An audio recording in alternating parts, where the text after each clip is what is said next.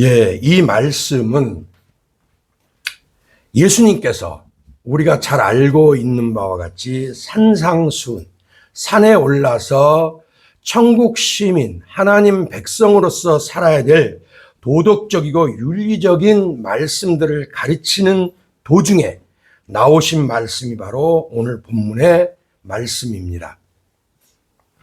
당시는 유대인들이 로마의 통치 아래서 신음하고 억압받던 시기였다는 걸 우리가 잘 알고 있죠.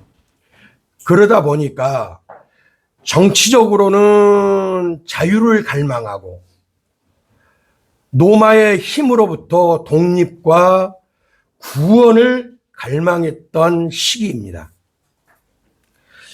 그래서 그들은 이미 구약 속에서 예언되어져 왔고 보내주마 약속했던 하나님의 메시아를 기대하고 있었고 또한 기다리면서 끊임없이 메시아를 구하고 찾고 두드리는 상황이 바로, 그리고 그러한 심정으로 살았던 것이 바로 그 당시 유대인들의 기대였고 삶이었습니다.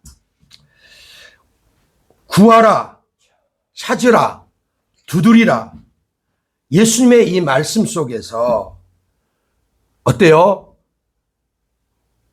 요구만 있습니까? 명령만 있습니까? 답도 주셨습니까?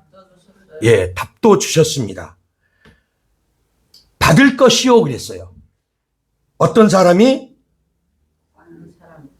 예, 구하는 사람이 받을 거라는 거예요. 그리고 찾는 사람이 찾아낼 것이라는 거예요.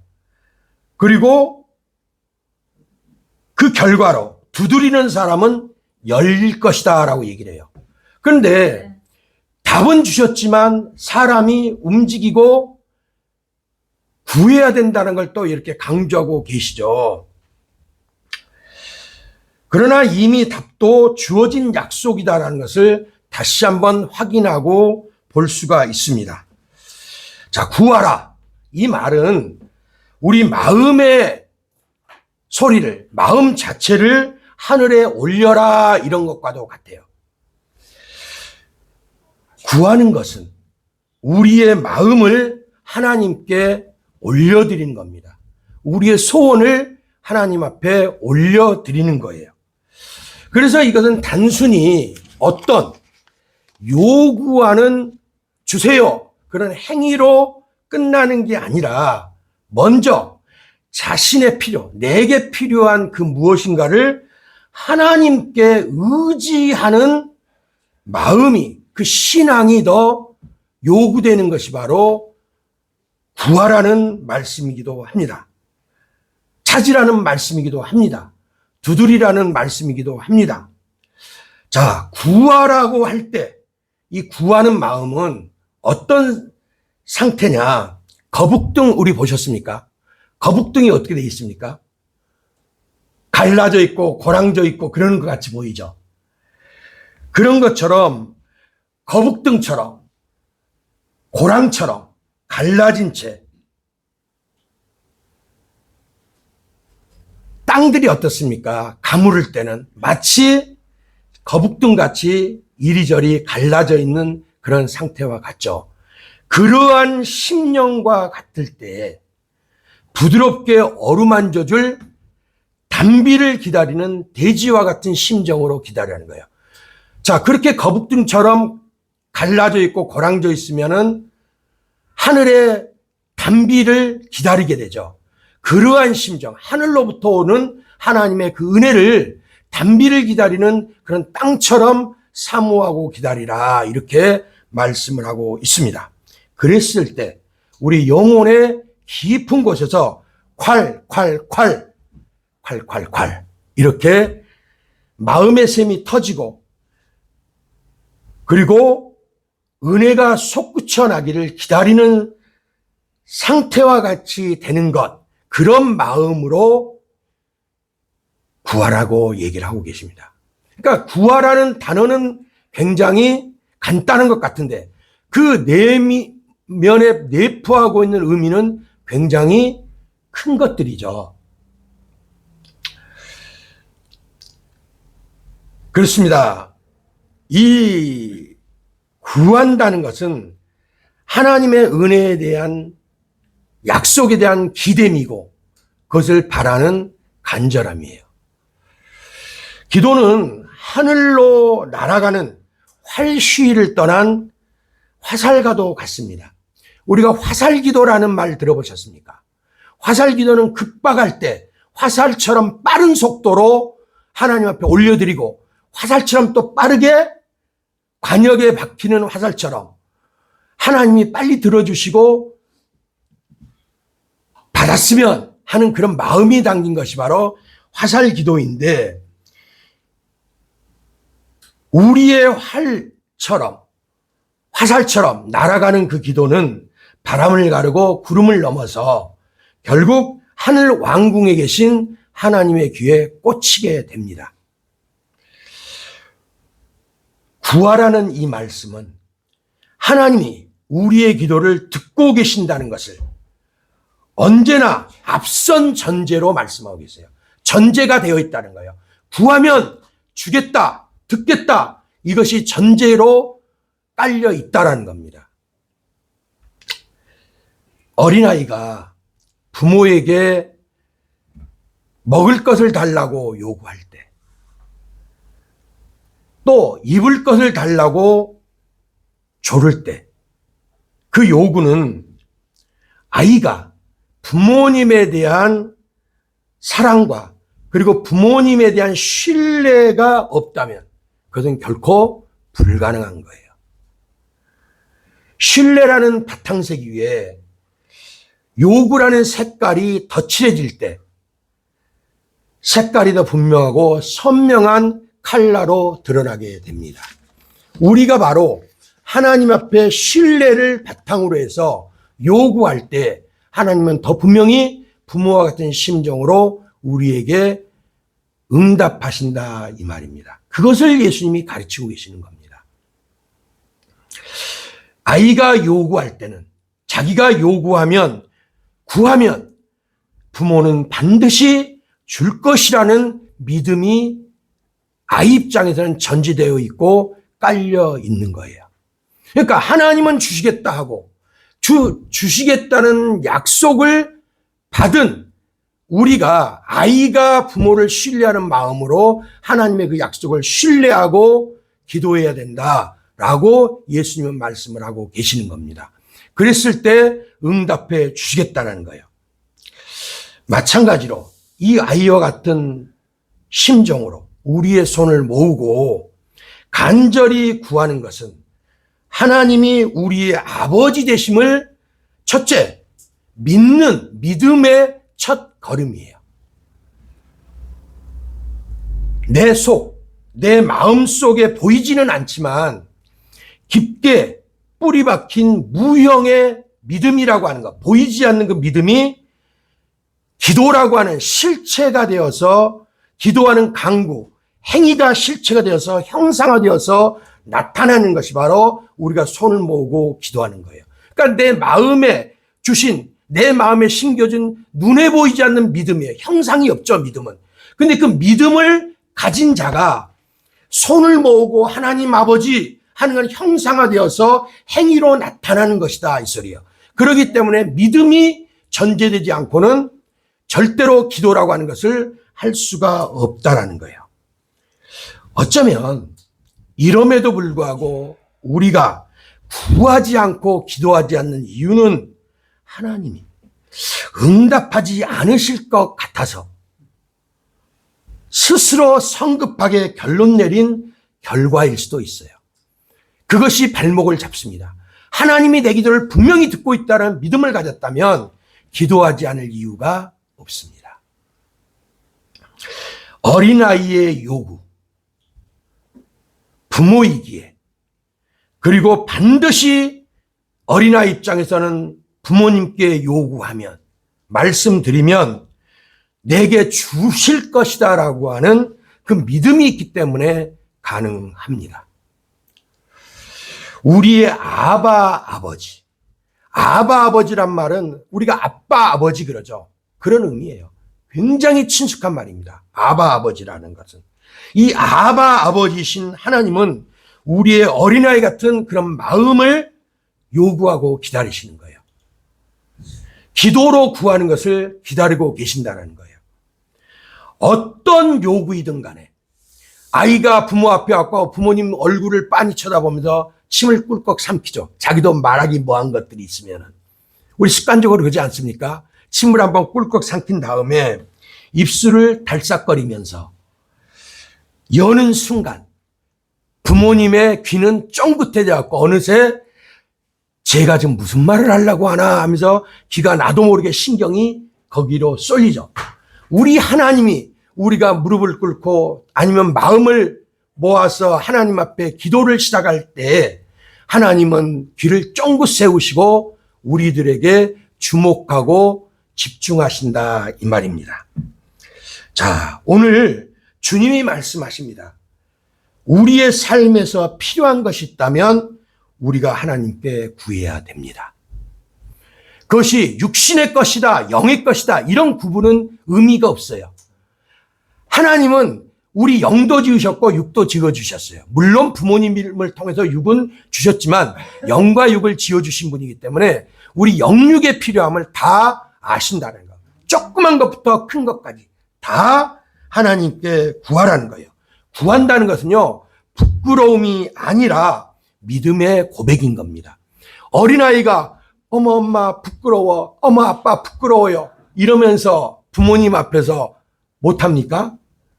정말 우리 하나님이 아버지시라고 믿는다면 부끄러울 것이 전혀 없습니다. 하나님은 그것을 하라고 또한 약속을 하시고 응답으로 주시겠다고 말씀을 하셨기 때문에 믿음으로 우리는 고백하면 됩니다. 그리고 이것은 친밀함의 표현이에요. 다시 말해서 자녀이고 부모이기 때문에만 가능한 친밀하고 친밀한 관계이기 때문에 요구할 수가 있다는 거예요. 우리 부모님도 자녀가 요구하는 것, 구하는 것을 언제든지 관심을 갖고 들어줄 용의가 있어요. 비록 형편과 능력이 안 돼서 마음뿐일지라도 그렇다라는 거예요. 하나님은 기꺼이 그리고 너무도 당연히 언제나 우리의 간구를 들으실 준비가 되어 있고 귀가 열려 있는 분이라고 우리 하나님, 우리 주님께서 말씀을 하고 계십니다. 요즘 참 시끄럽죠, 마음들이. 사도 바울이 빌립보서 4장 6절에 이렇게 얘기를 합니다. 아무것도 염려하지 말고 다만 모든 일에 기도와 간구로 너희 구할 것을 감사함으로 하나님께 아뢰라. 염려하지 말아요. 그리고 감사함으로 구하라는 거예요.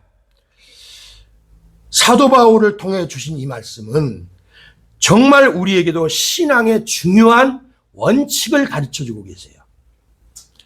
아무것도 염려하지 말고 너희 구할 것을 감사함으로 아뢰라. 근데 여기에 딱 하나 뭐를 붙였어요? 염려하지 말고 다음에 뭐예요? 감사함으로 아뢰라는 거예요. 감사는 아무것도 내게 주어지지 않았는데도 감사합니까? 그렇죠. 이미 주어질 줄 믿고 주실 것을 믿고 선불로 할 수 있는 것이 바로 감사라는 거예요. 그러니까 하나님은 여기서도 뒤집어 놓고 보면 준비가 되어 있다. 내가 주마.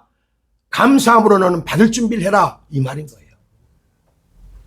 우리는 세상에서 많은 어려움과 걱정, 근심을 불청객처럼 날마다 순간마다 마주하고 살아가요. 걱정과 불안은 마치 이리 때처럼 달려들어서 우리 마음과 영혼을 물어뜯고 핥히고 상처받게 하고 때로는 치명상을 입힙니다. 불안과 염려가 모든 의욕을 뺏어버리잖아요. 좌절시켜버리잖아요. 그러나 이 빌립보서 4장 6절 말씀처럼 아무것도 염려하지 말고, 이 말씀은 명의인 사도 바울의 처방전과도 같아요. 정말 실력 있는 의사, 사도 바울이라는 의사의 정말 처방전과도 같다는 겁니다. 그래서 영적 명의인 사도 바울의 처방전이기 때문에, 그리고 더 나아가서는 하나님이 사도 바울을 통해서 수련시킬 때, 의사들 수련받죠? 그냥 되지 않죠? 영적 의사로 사도 바울을 수련시킬 때 이 많은 것들을 다 체험하고 경험하게 했어요. 그러니까 실력 있는 의사로서 얼마든지 사도 바울은 처방전을 내릴 수가 있습니다. 근데 사도 바울은 이 처방전을 빌립보서 4장 6절에서 아무것도 염려하지 말아요. 그러면서 어떻게 합니까? 너희 구할 것을 구하고 아뢰라라고 처방전을 썼습니다. 이 처방전 하나면 오케이예요. 이 말씀대로 하면 된다는 거예요.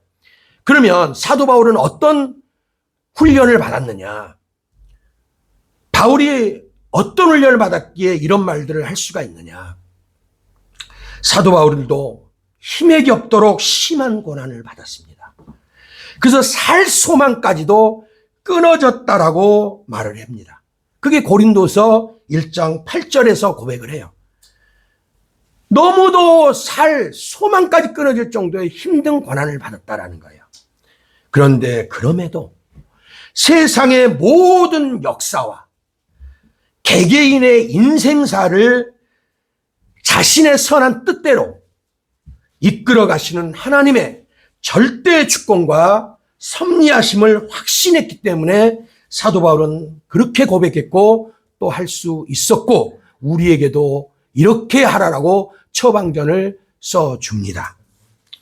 그래서 사도 바울이 사도로서 그 인생이, 바울로서 사도로서 그 인생이 절정에 달했던 총 3번의 선교 사역을 해요. 선교 여행을 합니다. 사도 바울은 총 3번의 선교 여행을 하는데, 그 선교 여행 말기쯤 가가지고, 3번째 말기쯤 가가지고 복음을 정리하는 시점에 이르렀어요. 그리고 그 시점에서 쓴 것이 바로 로마서입니다. 근데 이 로마서에 보면 우리가 정말 눈길을 잡아끄는 구절들이 있어요. 어떤 것이냐? 기록된 바, 우리가 종일 주를 위하여 죽임을 당하게 되며 도살당할 양같이 여김을 받았나이다 함과 같으니라. 이사야 말씀을 인용을 했거든요. 그럼 이사야로부터 사도 바울은 700년 정도 후의 사람이에요. 예수님 오시기 700년 전쯤 이사야가 사역을 시작을 했으니까, 그러면 사도 바울 입장에서 한 700년 전쯤에도 이사야의 표현을 본 대로 하면 성도는, 하나님의 사람들은 고난과 역경이 있었고 마치 도살장으로 끌려가는 양과 같고 도살당하는 양과 같이 그런 신세가 되었다 이 말이에요. 그런 존재와 같다는 거예요. 근데 그 700년 후쯤에 사도 바울 역시도 이 말씀을 인용한다는 것은 그리스도인의 삶의 영역은 그렇게 녹록한 환경이 아니고 세상이 환영할 만한 환경이 아니다 이 말이에요. 그래서 도살당할 양같이 여김을 받았다라고 하는 말을 인용을 하는 것이고, 예수님도 너희를 이리 가운데 보낸 것 같다라고 얘기를 해요. 양을 이리 가운데 보내면 그 밥 되는 것 아니겠습니까? 그게 바로 그리스도인의 위치예요. 힘든 상황이다라는 거예요. 그런데 반전을 칩니다. 그러나 이 모든 일에 우리를 사랑하시는 이로 말미암아 우리가 넉넉히 이기느니라. 천국에요, 베드로는 넉넉히 들어간다고 그랬어요. 믿음으로 살면 넉넉히 들어간다. 그리고 또 사도 바울은 예수 안에 있는 자는 넉넉히 우리를 사랑하시는 하나님의 은혜로 말미암아, 예수님의 은혜로 말미암아 넉넉히 이길 수 있다. 그런 모든 환경을 이기고 갈 수 있는 승리자의 삶을 살 수 있다. 이렇게 얘기를 합니다. 그러면서 내가 확신한다.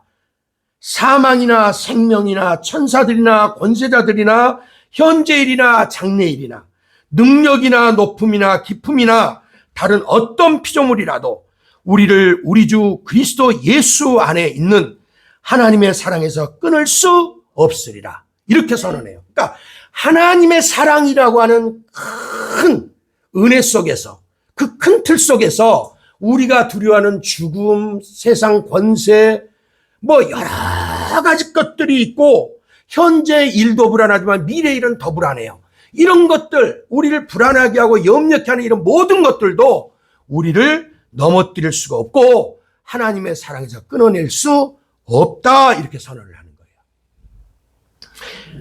염려를 이기고 세상을 이길 힘은 사실 우리에게 있는 것이 아닙니다. 오직 하나님께, 우리 주님께만 있어요. 성령님이 함께 해 주심에만 있습니다. 그 힘을 기도와 간구라고 하는 오늘 예수님의 말씀 속에, 이 단어 속에 다 담아 놓으셨어요. 하나님은 가능한 것과 불가능한 것을 구별해서 말씀하시지 않습니다, 지금. 우리 삶의 전 영역에 있는 모든 것들을 가능하다라고 얘기를 해요.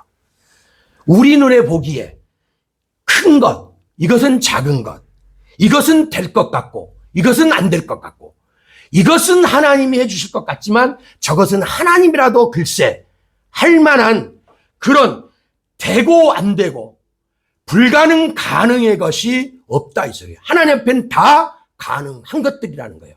그러니까 어떤 것도 염려하지 말고 갖고 나오라는 거예요. 이러니 하나님께 우리가 기도로 나아가지 못할 문제나 이유가 전혀 없습니다. 옛날 지성소와 성소로 구별되던 때, 여기가 지성소라면 여기가 휘장이 쳐져 있고 여러분 계신 곳이 성소라고 구별되던 그때, 구약 당시에 오직 대제사장만 1년에 딱 한 번 7월 10일 대속제일 날에만, 그것도 그냥은 못 들어가요. 짐승의 피, 속죄의 피를 의지하고 들어가야만 지성소의 휘장 앞에도 나아갈 수가 있고 휘장을 지나서 들어갈 수가 있었어요. 그런데 앞에 휘장이 있었다고 그랬죠. 이 휘장은 한마디로 접근금지 편말과 같대요.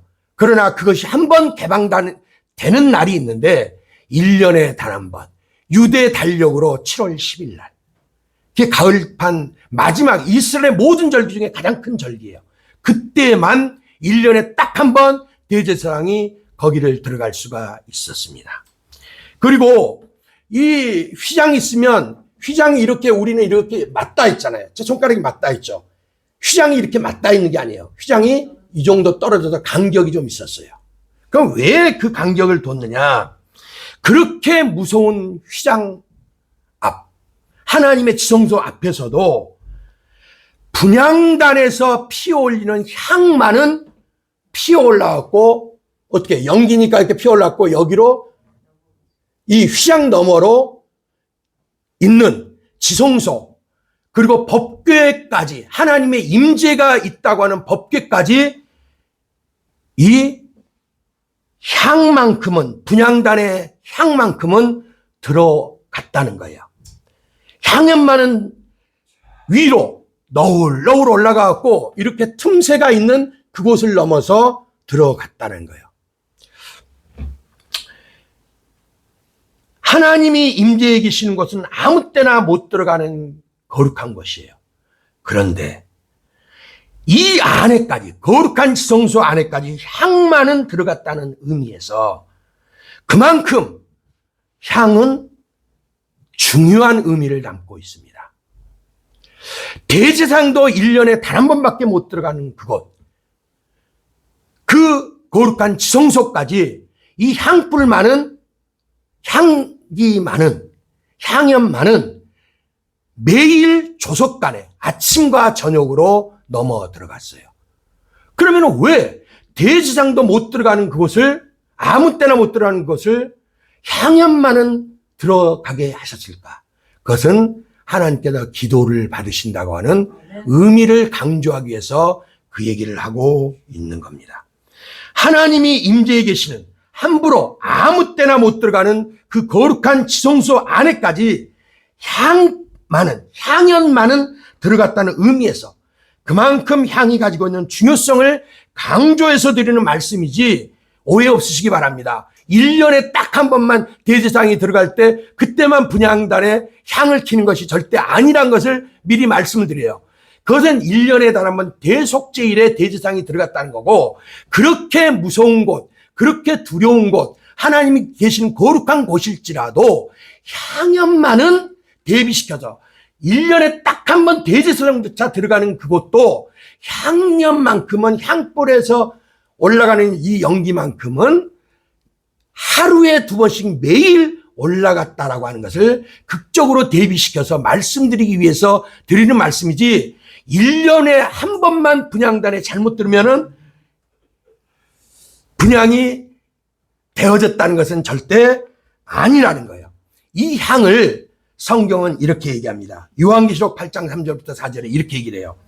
또 다른 천사가 와서 제단 곁에 서서 금향로를 가지고 많은 향을 받았으니 이는 모든 성도의 기도와 합하여 보좌 앞 금제단에 드리고자 함이라.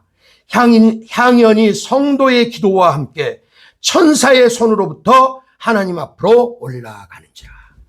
하나님이 향연을 기도라고 얘기를 하고 있습니다. 이 기도, 구약 당시에는 향연을 피우면서 하나님 이스라엘이 하면서 이렇게 기도를 했어요, 제사장들이. 이 향연은 바로 기도라고 하는 것을 가르쳐주고 있는 거예요. 우리가 기도를 하면 앞에 어때요? 그 무서운 지성소 앞에서도 틈이 있어서 하나님의 지성소 법궤위까지 이 향연이 넘어 들어갔다 그랬죠. 그 기도가 하나님 앞에 들어간다는 거예요. 언제고 어느 때고 기도를 하나님 받으실 준비가 되어 있다는 걸 강조하고 있는 말이에요. 그럼 또 누가 이 기도의 향을 그렇게 부지런히 그리고 열심히 피워 올렸느냐? 다윗 왕이 그랬습니다. 요한계시록에도 우리 향연은 우리의 기도라고 얘기를 하지만 다윗 왕도 이 향을 열심히 피워 올렸어요. 시편 141편 2절에 이렇게 얘기합니다. 나의 기도가 주의 앞에 분향함과 같이 되며, 분향함이 뭐예요? 분향단에서 피우는 그 연기, 향불, 주의 앞에 분향함과 같이 되며 나의 이렇게 손드는 것이 저녁 제사같이 되게 하소서. 이 다윗은 얼마나 하나님 앞에 간절한 마음으로 찾았는지 몰라요. 그리고 자기의 기도가 제사장이 피우는 향불같이, 향연같이, 그리고 저녁 제사와 같이 하나님 앞에 연락되어지기를 소원한다라고 간절한 마음을 담고 하고 있는 말입니다. 자, 감사함으로 하나님께 아뢰라. 아랜다라고 얘기를 합니다. 이 아랜다는 말은 하나님께 직접 말씀드린다 이 말이에요. 놀라운 얘기입니다. 하나님 앞에 우리가 직접 말씀드린대요. 마치 짐꾼이 힘겹게 들쳐매고 있던 짐을 응차 하면서 부리죠. 우리 장로님은 아마 많이 보셨을 것 같아. 짐을 갖다 이렇게 갖다가 응차 하면서 이렇게 부려놓을 때 그 시원함, 그 무거웠던 것을 부려놓았을 때 그 가벼움, 그와 같이 짐을 응차하면서 내려놓는 그런 인부와 짐꾼같이 우리의 모든 것을 하나님 앞에 내게 짐 같은 것들, 염려가 됐든 불안이 됐든 그 모든 따라오는 내가 괴롭고 공고하고 어려운 것들, 이것들 다 부려놓으라는 거예요, 하나님 앞에. 이것은 앞서 말씀드렸던 부모와 어린아이 비유처럼 하나님과 우리 각자 간의 친밀한 관계 속에서만 나올 수 있는 너무도 자연스러운 결과예요. 어린아이가 남한테는, 남의 부모한테는 그렇게 못해. 그러나 내 부모 앞에는 얼마든지 그럴 수 있다는 거예요. 그건 뭐예요? 친밀함인 거예요. 우리가 하나님과 그렇게 아바 아버지라 부르면서 친밀한 관계라고 하는 것을 강조하고 있는 거예요. 그러니 기도하지 못할 이유가 어디 있겠느냐는 거예요. 그리고 두 번째가 뭐냐면은 여기서 찾으라 이렇게 얘기해요. 찾으라. 한마디로 어둠 속에서라도 빛을 쫓아라, 찾아라 이런 의미인 거예요. 이 배경이 있습니다. 이 찾으라고 하는 이 말씀 속에 찾는 것은 믿음의 여정이에요. 믿음의 여행입니다. 보이지 않는 것을 믿고 찾을 때까지 멈추지 않는 끈기라고도 할 수 있는 게 찾음이라고 하는 이 의미가 낱말이 내포하고 있는 의미일 수도 있습니다. 이 문화적 배경을 보면 고대 이스라엘에서는 등불 하나만, 그때 뭐 전기가 있겠어요? 뭐가 있겠어요? 그러니까 등불 하나만, 우리 시골에서 이거 들어들 보셨어요? 등불? 예, 그런 등불 하나만 달랑 들고 춥고 좁고 험한 길을 찾아가는 여행자들의 모습을 그 당시 이스라엘에서는 쉽게 찾아볼 수가 있었어요. 바로 그렇게 무언가를 찾고 여행하는 그 순례자의 빗대서 지금 얘기를 하고 있습니다. 찾으라는 이 의미 속에는. 이 등불을 들고 갔다고 그랬죠. 그 등불을 왜 들고 갔겠습니까? 그 등불을 의지해서 칠흑같이 어두운 밤일지라도 길을 찾고 그 길을 가기 위해서 들고 갔던 것 아닙니까? 바로 이 등불은 하나님의 말씀과 성령의 기름 부으심, 성령의 인도하심을 말을 하고 있는 겁니다. 우리가 그냥 찾는 게 아니라 하나님의 말씀을 지도로 펴서 하나님의 말씀을 내비게이션처럼 사용해서 그리고 성령의 인도하심 따라 그 조명 따라 찾으라는 거예요. 누구를 찾아요? 하나님을 찾으라는 거예요. 그래서 시편 119편 105절에 유명하죠. 뭐라고 합니까? 주의 말씀은 내 발의 등이요 내 길의 빛이니이다. 너무나 당연한 거 아니에요? 주의 말씀으로. 우리 이렇게 혼탁한 세상이죠. 우리가 영적으로 이렇게 어두운 밤에 이것이 맞는 길인지 저것이 맞는 길인지 감정 따라 판단할 수 있는 게 아니에요. 우리는 성경에 딱 비춰보면 이거는 맞는 길이네, 저것은 틀린 길이네, 이게 나온다는 거예요. 이게 우리의 영적 등불입니다. 이것을 의지하고 걸어가는 거예요. 우리 믿음의 조상 다윗도 주의 말씀을 빛으로 삼고 어두운 사망의 골짜기 같은 이 세상을 걸어갔습니다. 그리고 성령의 조명하심과 인도하심만 의지하고 걸어갔어요. 우리도 하나님의 말씀과 성령께서 험한 이 세상, 사망의 골짜기 같은 이 세상, 험한 세상 다리가 되셔서 천국 보좌 앞까지, 하나님의 그 앞까지 우리를 인도해 가신다라고 말씀하십니다. 그것을 찾고 기도하고 나아가라라고 얘기를 하고 있는 거예요. 찾으라. 이 말씀은, 그리고 이 말씀을 가슴에 품은 성도는, 이 말씀을 굳게 가슴에 새긴 성도는 미로 속에서 길을 찾고 어둠 속에서도 빛의 흔적을 쫓는 순례자입니다. 지금 미로와 같아요, 세상이. 너무 어둡습니다. 그런데도 우리는 말씀과 성령의 조명하심을 의지하고 이 사망의 음침한 골짜기 같은 이 세상을 걸어가면서 밝은 것은 어디며 어두운 것은 어딘가를 우리는 구분하면서 걸어가고 있습니다. 그 발걸음이 때로 피곤하고 눈물도 땅에 떨어집니다. 그러나 반드시 그 끝에서 드러나게 돼 있고 찾아지게 될 것을 믿습니다. 그렇습니다. 이 찾음은 반드시 찾을 수 있을 것이라는 믿음에서부터 출발하고 있어요.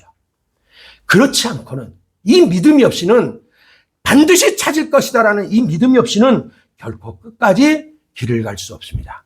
여러분, 저 끝에 분명한 것을 알고 가는 사람과 가도 무엇인지는 모르는 사람은 발걸음의 속도며 또한 발걸음하는 마음이 벌써 다를 겁니다. 아니, 애초부터 믿음이 없이는 찾을 수 있는 동력 자체가 없어요. 히브리서 11장 6절은 얘기를 하죠. 믿음이 없이는 하나님을 기쁘시게 하지 못하나니 하나님께 나아가는 자는 반드시 그가 계신 것과 또한 자기를 찾는 자들에게 상 주시는 이심을 믿어야 할지니라. 하나님이 계신 것, 자기를 찾는 자들에게 상 주시는 분, 이것을 믿어라. 아멘. 이것을 믿지 않고는 할 수 없다는 거예요. 믿음은 찾음과 찾음의 동력이 됩니다. 그리고 엔진이고 심장인 거예요, 믿음은.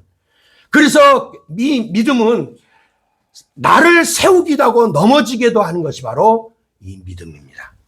찾는 자의 돋보기를 생각해 보십시오. 탐구하는 자의 돋보기를 생각해 보세요. 고고학자의 돋보기를 생각해 보세요. 이 돋보기는 모래바람과 황토바람 속에서도 흔적을 요리조리 보면서 찾습니다.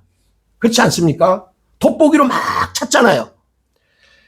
그리고 그 끝에서 결국 찾아내는 것들이 있습니다. 그 중에 한 사람이 하일리 슐리만이라고 하는 19세기 독일의 유명한 고고학자가 있어요. 그 사람은 호메로스라고 하는 고전 작가 일리아드를 읽었어요. 거기서 트로이의 목마로 유명한 도시국가 트로이라고 하는 나라가 존재했다라고 하는 확신을 이 사람은 가졌어요. 그러면서 그 트로이를 찾기 위해서 평생을 바친 사람이에요. 고고학자로서.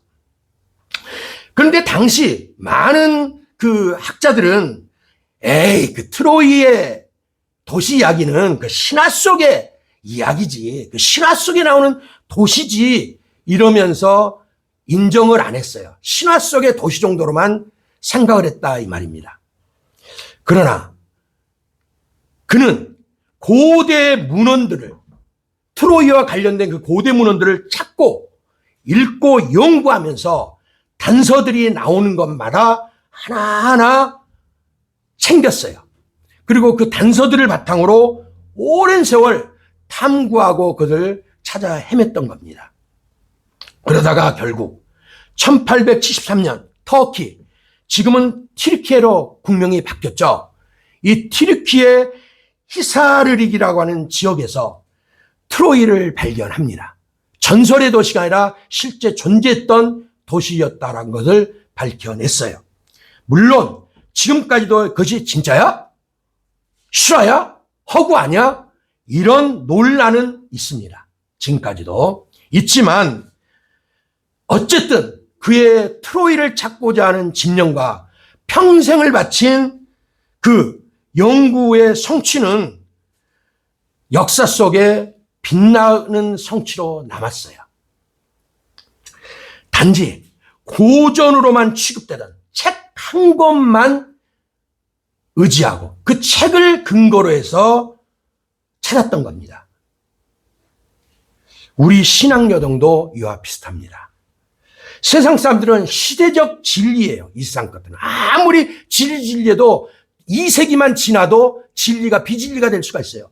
18세기까지 진리였던 게 지금은 비진리인 것들이 수두룩합니다. 결국 그래서 이 세상 것들은 시대적 진리고 불확실한 것들이에요.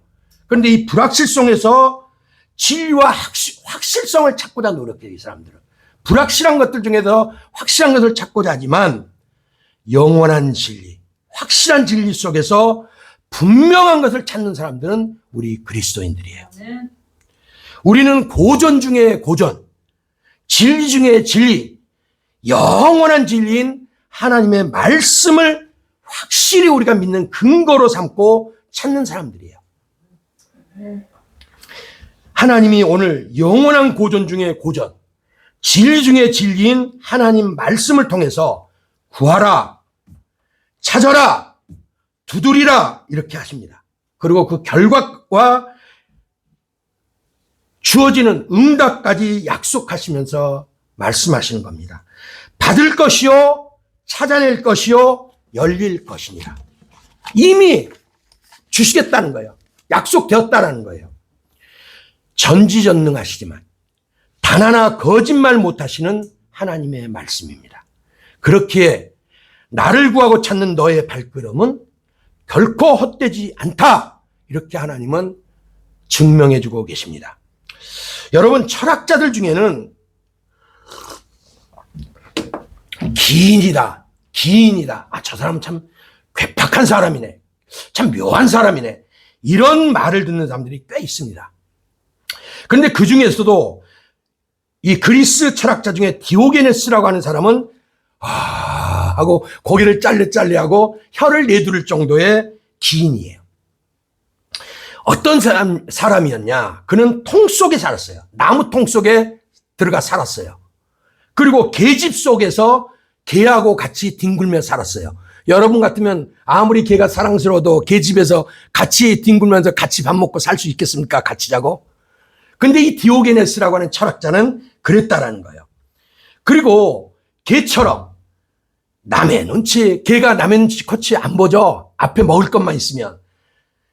지극히 본능을 따라서 보여지는 대로 주어지는 대로 먹고 마시고 즐기면서 그리고 개처럼 잠을 잤어요. 실제입니다.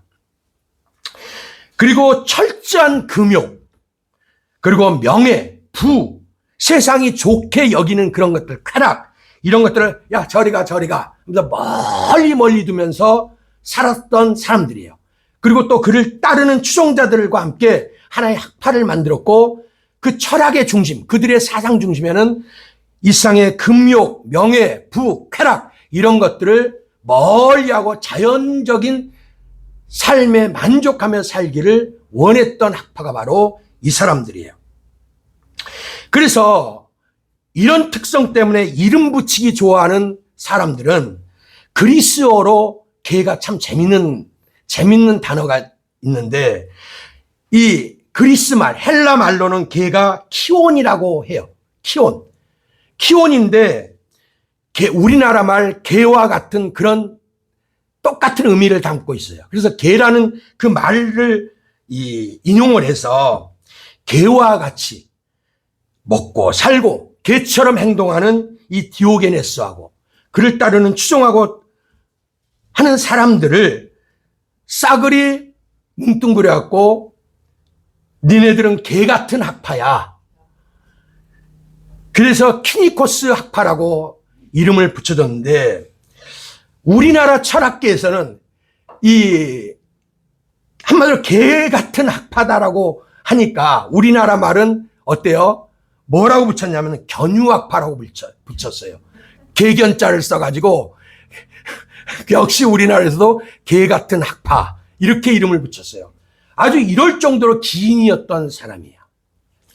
그런 디오게네스의 일화 중에서 유명한 일화들이 많이 있는데, 그 중에 한 일화가 먼저 알렉산더 대왕이 이 디오게네스를 찾아가서 나눴던 대화 중에 나온 말이에요.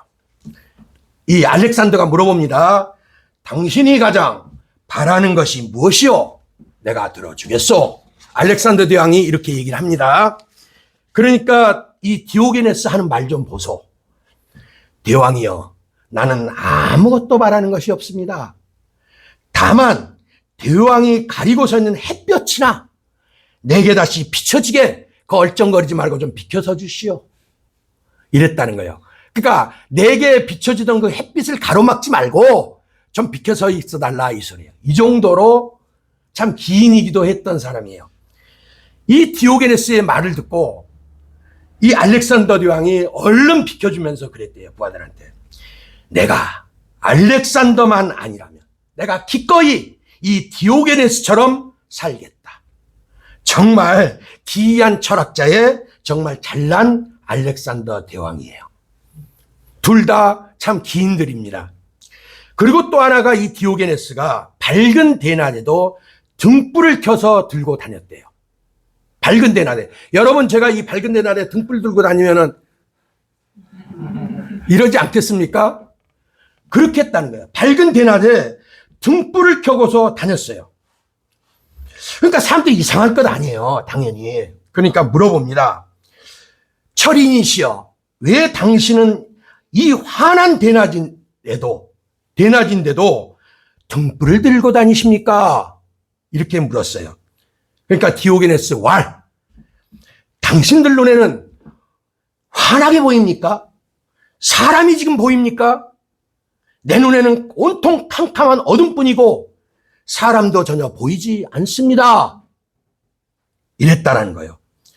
글쎄요, 그가 보기엔 정말 어둠뿐이고 아무것도 보이지 않아서 밝은 대낮에도 등불을 켜서 들고 다니면서 무언가를 찾았는지는 모르겠습니다. 그 후에라도 디오게네스가 뭔가를 찾았다라는 그런 정보가 있으면 좋겠는데, 역사는 더 이상 만족할 만한 대답을 내놓고 있지 않습니다. 그러나 저는 이 디오게네스의 이 부분만은 주목해서 생각해 봐요. 어떤 부분이냐?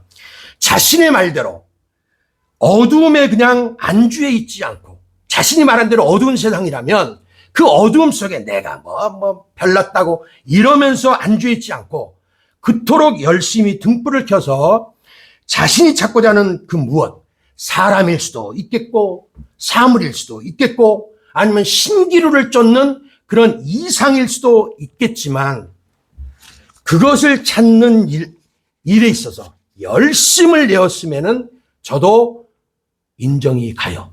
아, 저렇게 자기가 찾고자 하는 것을 열심히 찾았구나. 이것만큼은 저도 마음이 같다 이 말이에요. 자, 찾는 자는 반드시 길을 발견합니다. 태산이 높다 하되 하늘 아래 메이로다 하는 시조가 있죠. 오르고 또 오르면 못 오를 리 없건만은 가지는 않고 매만 높다고 탓한다고 그랬죠.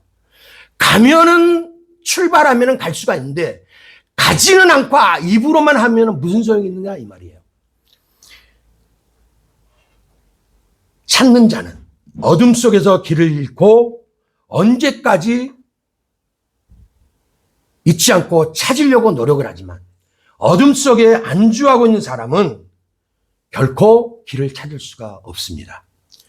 하나님은 우리에게 말씀과 기도를 통해서 우리 삶과 길을 밝히 비춰보면서 찾고 나아가라라고 얘기를 합니다. 하나님은 어두운 밤에 항해하는 배와 선장 같은 우리들에게도 반짝이는 어떤 북극성, 예전에는 배를 타고 간 사람들이 북극성이 가장 높게 떠 있고 가장 밝게 빛났기 때문에 그것을 내비게이션 삼아서 항해를 했다고 합니다. 바로 우리 어두운 세상, 얼음장처럼 차갑고 차가운 이 밤바다 같은 이 세상을 항해하고 있는 우리들에게 예수님은 북극성처럼 빛나는 우리의 영혼의 등대가 되고 우리 길잡이가 되어서 우리 하늘의 등대가 되어서 이끌어 주십니다. 그렇습니다. 하나님은 우리에게 등대 되어 주시기를 결코 싫어하거나 마다하지 않습니다. 우리는 귀찮을 때가 있잖아요. 근데 하나님은 귀찮아하실까요? 오히려 더 좋아하세요. 찾는 것을 더 기뻐하세요. 당신을 인정하는 그 삶을 기뻐하신다는 거예요. 마지막 세 번째, 두드리라. 이것은 닫힌 문을 끊임없이 두드리는 끈기를 말을 하고 있습니다. 포기하지 않는 믿음의 표현이에요. 두드린다는 건. 나 살아있다는 것을 알리는 표현입니다. 그것은 단순히 한 번의 시도에 그치지 않고 문이 열릴 때까지 계속되는 내 살아있음의 진동을 보내는 거예요. 마치 두터운 땅을 파헤치는 굴삭기와도 같은 것이 바로 우리의 하나님을 향한 보좌를 향한 하나님 나라의 문을 두드리는 것과 같은 것이 바로 우리의 두드리고 그것이 기도라고 말씀을 합니다. 계속해 두드리는 우리 믿음의 진동은 결국 문 너머에 까딱도 않고 침묵에 쌓여있는 것만 같은 굳게 닫힌 것만 같은 하늘의 그 문을 활짝 열어제끼는 힘있는 손이 될 수가 있습니다. 우리가 잘 아는 발명왕 토마스 에디슨은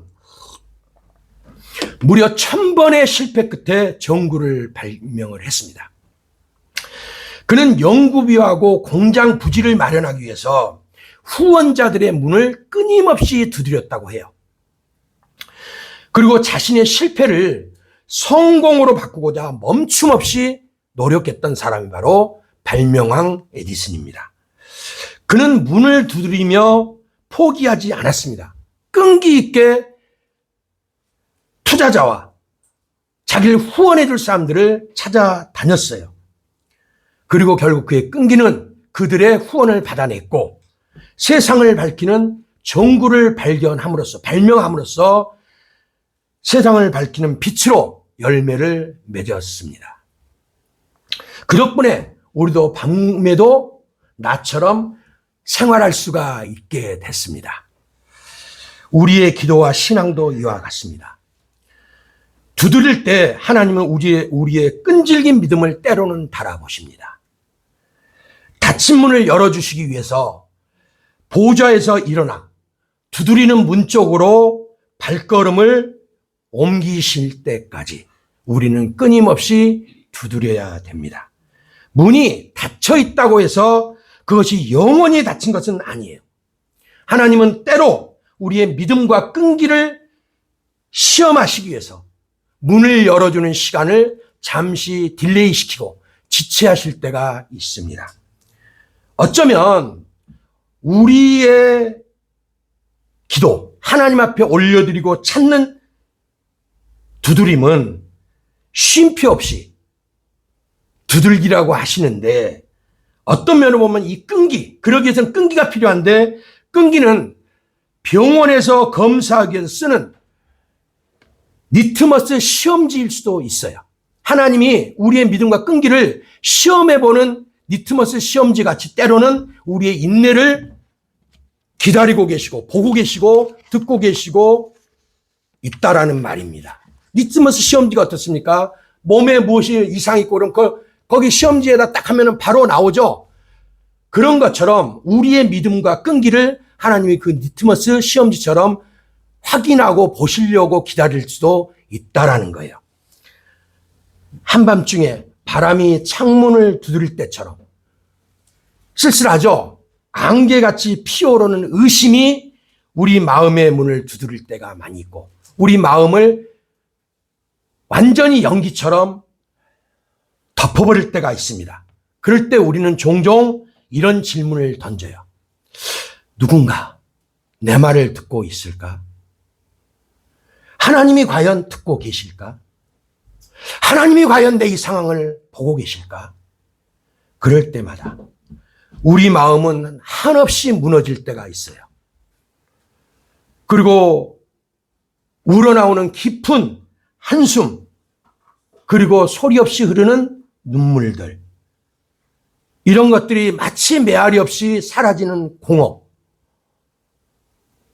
그런 공허감 속으로 내 스스로가 들어가게 되고 거기서 정말 초라하고 작고 낮아지는 것을 경험할 때가 많이 있습니다.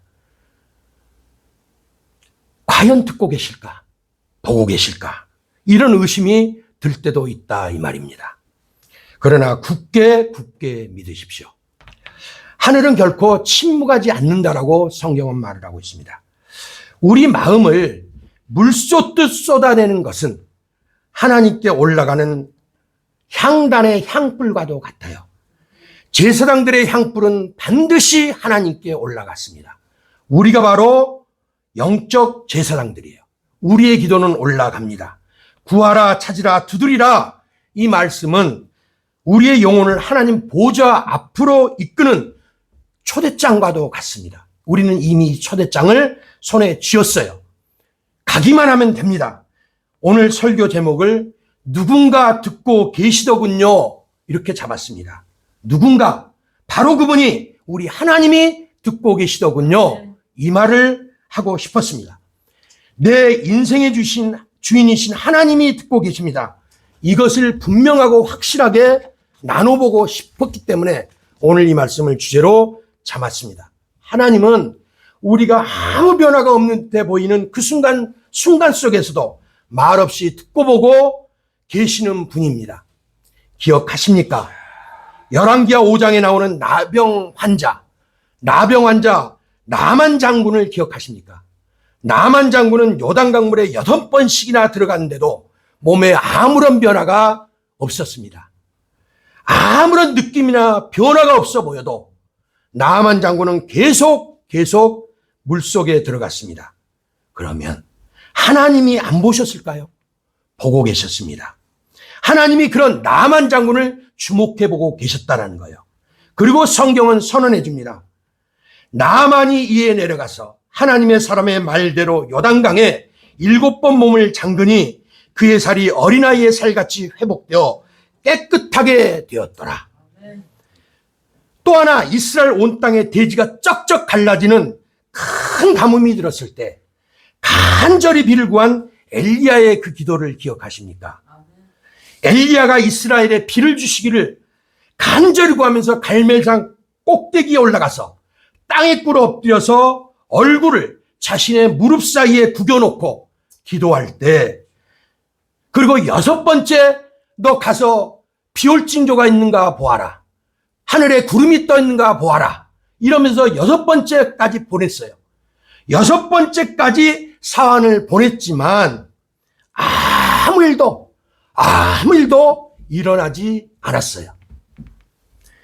7번째 사환을 보내고 나서야 겨우 들은 소식은, 선지자여, 바다에서 사람 손만한 작은 구름 하나가 일어났습니다. 이 보고였어요.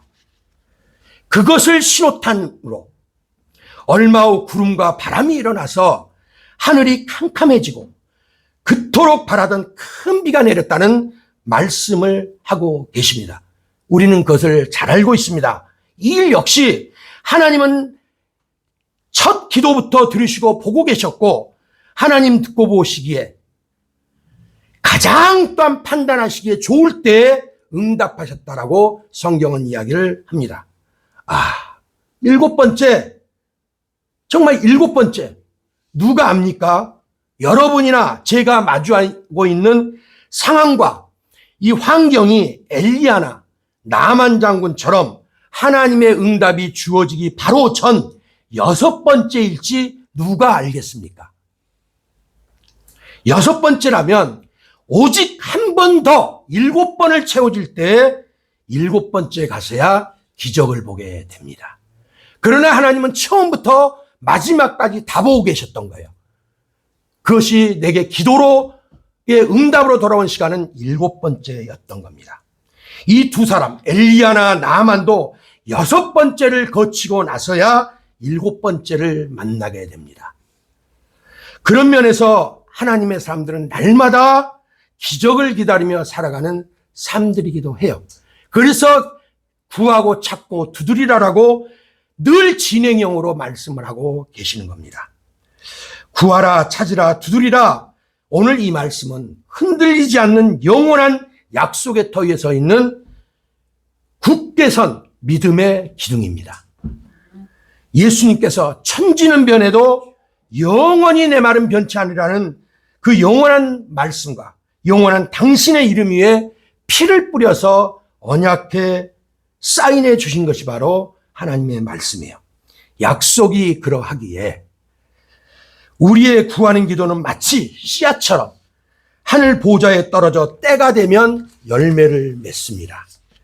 언약이 이러하기에 우리의 두드림은 마치 천국의 문이라는 피아노 건반을 두드리는 리듬과 같아서 두드리면 열정적으로 격정적으로 연주하는 연주자처럼 기도라고 하는 격정 있는 연주를 하게 되면 천국의 문을 두드리게 되면 우리에게도 그 문은 반드시 열릴 것입니다.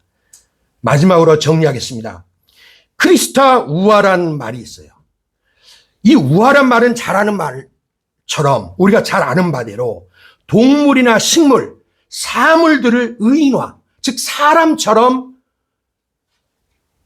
의인화시키고 꾸며가지고 말도 하고 행동도 하게 해서 비유를 통해 교훈적이고 도덕적인 메시지를 전달하기 위한 문학적 기법이고 장치가 바로 의인화법, 의인화 기법 뭐 이렇게 얘기를 하는데 대표적 우화로는 고대 그리스의 이솝이 썼던 이솝 우화가 있고 그리고 안데르센 동화가 있습니다.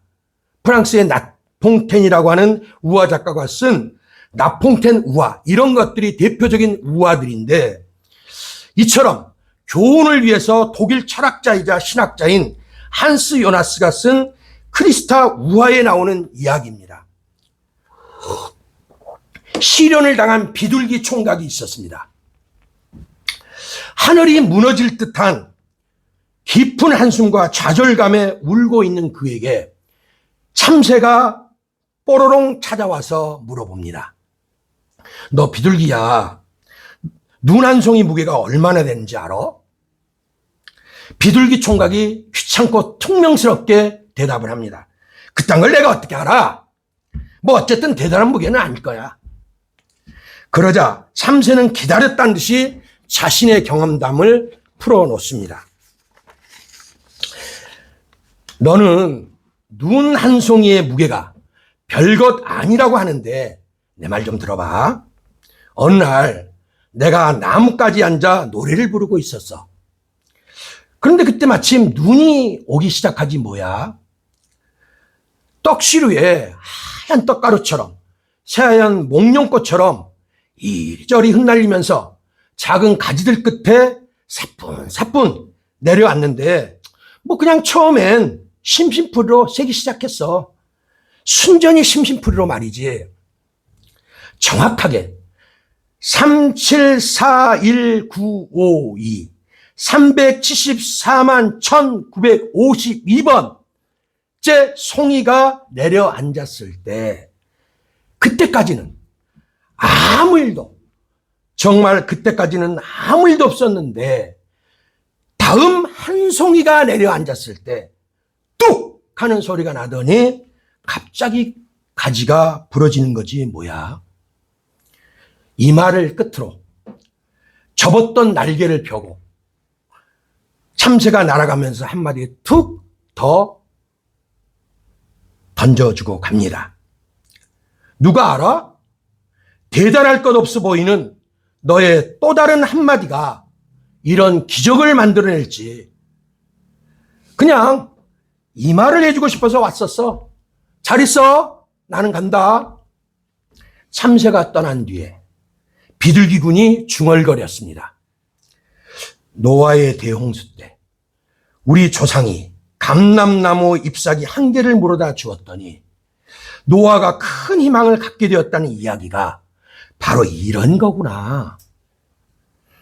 별것 아닌 눈송이 하나의 무게, 별것 아닌 감람잎 하나의 무게. 그렇지, 나도 한번 더 해보자. 이렇게 결심한 비둘기 총각은 11번 거절당한 비둘기 처녀를 12번째 찾아갔습니다. 그리고 12번째 청혼을 했습니다. 결과는 예스였습니다. 뜻밖에도 예스! 받아들일게요. 비둘기 처녀가 청혼을 받아들였습니다. 우리나라에 10번 찍어 안 넘어간 나무가 없다고 했던가요? 비둘기군이 12번을 찍었으니까 2번 더 찍었네요. 그렇습니다. 별로 대단할 것 없어 보이는 우리 입술의 말 한마디. 그러나 나로선 비둘기 총각같이 너무나도 간절한 그 한마디. 그 구함은 하늘에 닿는 아우성이 되고 찾으면 어두운 영혼을 환히 밝혀주는 등불이 되고 두드리면 꽉꽉 닫힌 문을 확 열어젖히는 우리의 억센 손이 됩니다. 한 송이, 눈 한 송이가 그리 뭐 대단할 것 있겠습니까? 그러나 그 한 송이들이 뭉치게 되면 나뭇가지가 부러집니다. 뭉친 눈 때문에 가끔 지금도 비닐하우스나 축사가 무너졌다는 그런 언론 보도도 우리가 보지 않습니까? 굳게 닫힌 비둘기 처녀의 마음을 여는데 비둘기 총각의 마지막 한마디가 결정적이기는 했지만 사실 그동안의 말들이, 비둘기 총각의 청혼했던 말들이 두드리는 노크가 되고 사랑의 무게로 쌓여져 있었기 때문에 마지막 필살에 한마디를 더 붙여 청혼을 했을 때 비둘기 처녀의 마음이 비둘기 총각의 마음에게 기운 것 아니겠습니까? 하나님도 이와 같으십니다. 우리는 이렇게 말할 수 있습니다. 구하고 찾고 두드렸더니 누군가 듣고 계시더군요. 구하고 찾고 두드렸더니 기다렸다는 듯이 문이 열리더군요. 어머나, 내 기도를 바로 하나님이 듣고 계셨고 하나님이 문을 열어주셨습니다. 나이스! 역시 멋진 하나님이고 감격이고 감동이었습니다. 이래서 기도하라고 하셨구나. 이래서 찾으라고 하셨구나. 이래서 두드리라고 하셨구나. 가슴에 느낌표가 확 와 닿았습니다. 기도하겠습니다.